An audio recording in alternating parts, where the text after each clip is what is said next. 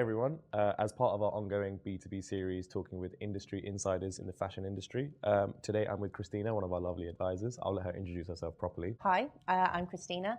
I've been working with Code for a few months, but before that, I was the Global VP of Customer Success at Edited. I was there for best part of 11 years, took it from a tiny little team and revenue of around about 5 million up to 28 million and a globally dispersed team, which was an incredible journey.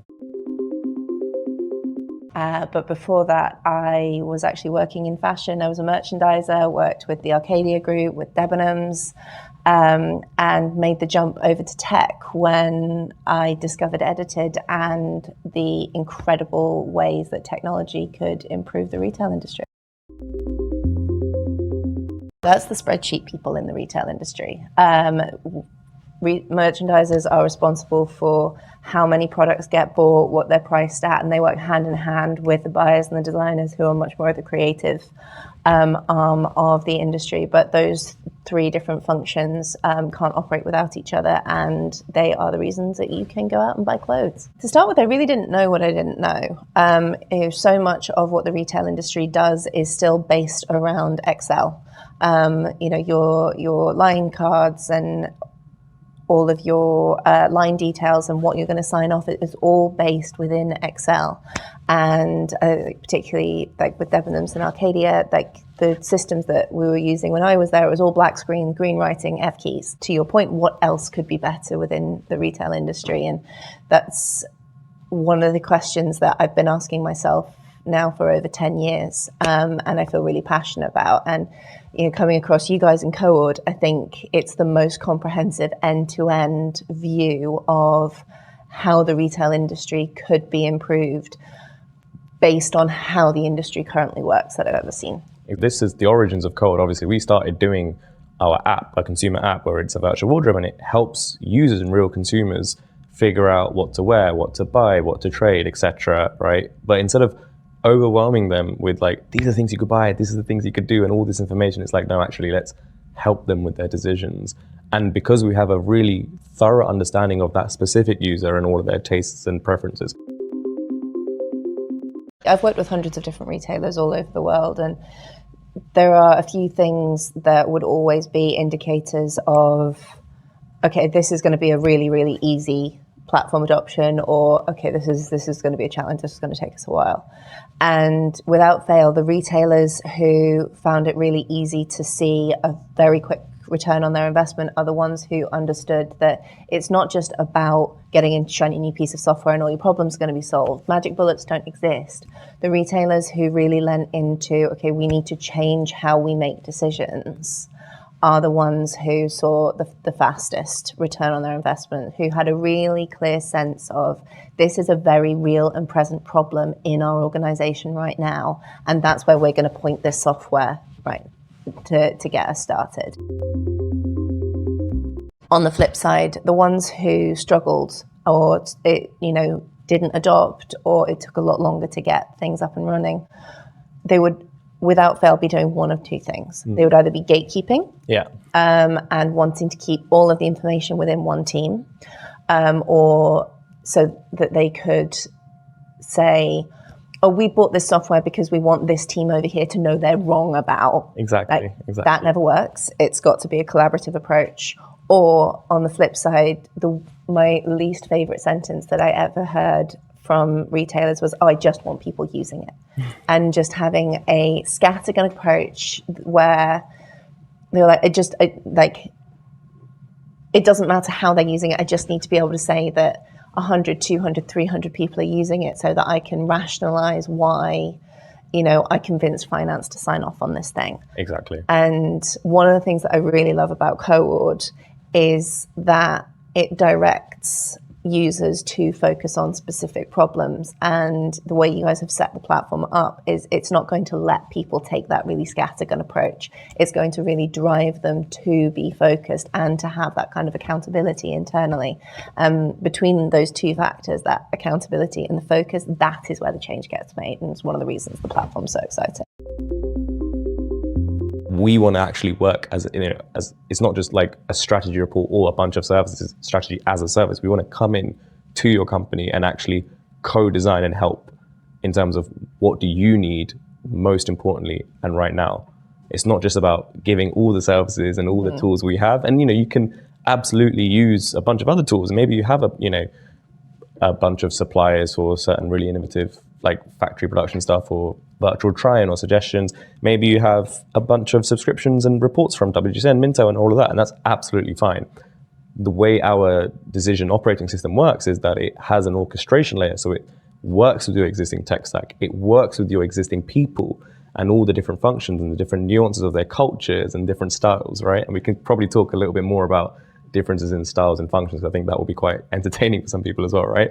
And it works with all the different ways a processor like operate, right? And so action oriented, and you're not spending loads of time clicking and filtering and, that kind of thing where you could so easily get lost or distracted from what it was that you were actually really, really trying to do. I think one of the things that I love about how the platform has developed is that it's very much focused on get in, get your job done, get out, which is such a difficult thing to do. Like simple and easy are not the same thing. And you have made something incredibly difficult, very simple, which is hugely exciting for the industry and something I haven't seen before.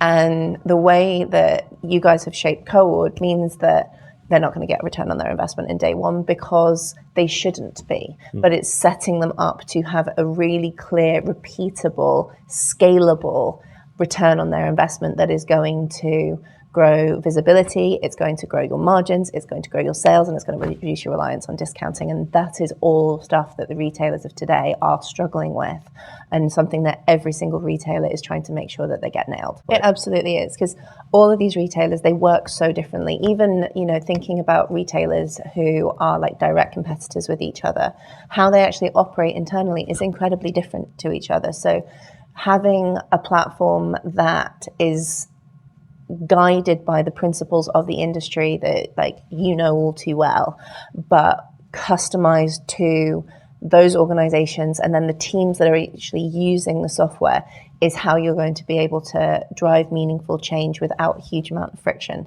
Because you hear horror stories about some implementations with different platforms and softwares that can take 2 years, 3 years before end users actually get their hands on things. But what you guys have done that is so different is that you are driving accountability within retailers for change, because they've actually got to do some legwork to make this work, but it is in a way that is manageable around all of those 100 other things that they've got to get done in a day.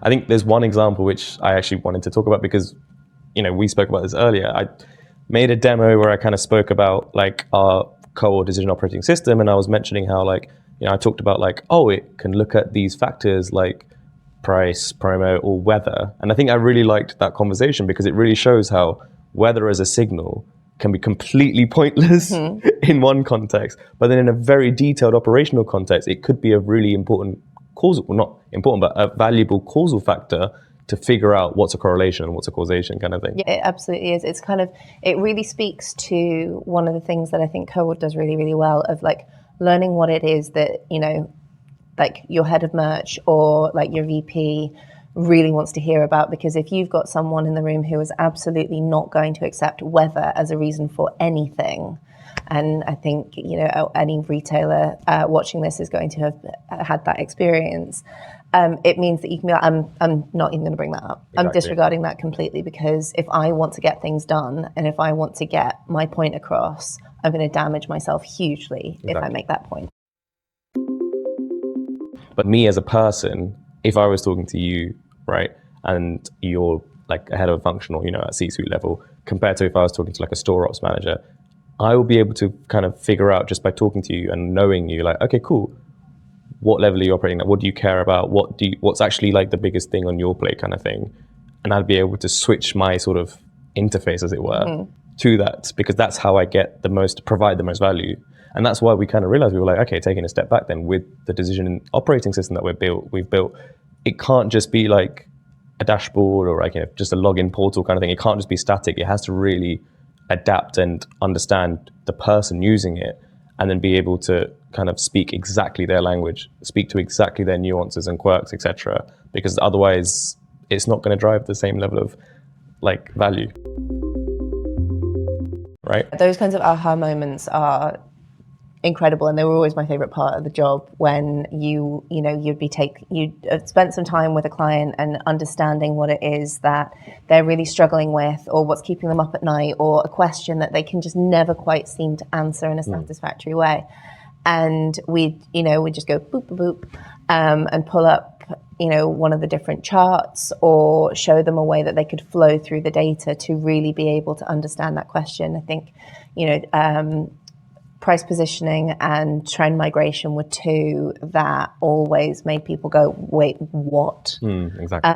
And when you are able to give people those kinds of aha moments, you were taking me through a demo of the platform earlier, and there are so many parts of code that I just know that, like, when you're getting that in front of people who are dealing with these insane workloads, and like the level of decision making that they're having to make, and like thousands of emails that they're getting every single week, and that they're just going to look at that and they're going to go, wait, what? Yeah.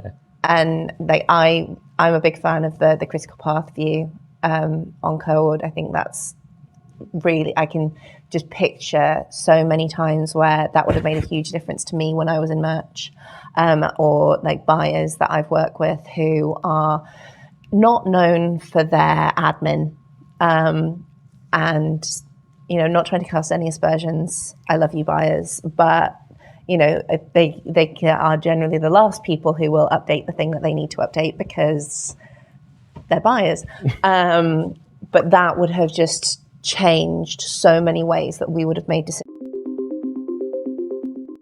I think that the way consumers shop has changed so much in the last decade. I mean, you only need to look at France, and that Vinted is the biggest retailer in the country, to see that, the way we are buying clothes, wearing clothes, keeping things in our wardrobe, paired with the speed, the trend cycle, and it's so fast that it really doesn't even matter anymore, because we're finally in a place where individual style is the thing that is going to be important, and brands are going to have to figure out how they speak to that, because think about someone like Victoria's Secret. They had such a clear view of who their customer was.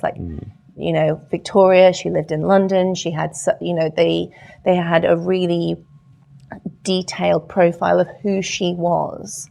And they had to completely tear up the rule book on that when the market shifted. And, that's gone hugely well for them now, which is great to see, because it's never nice to see like these, heritage brands that have meant so much to the industry kind of having a tough time. But every brand needs to think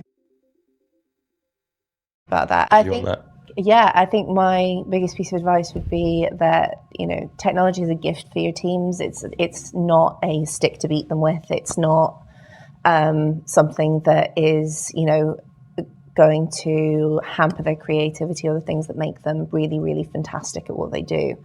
It's there to support them in such a challenging market, and also continue to level them up.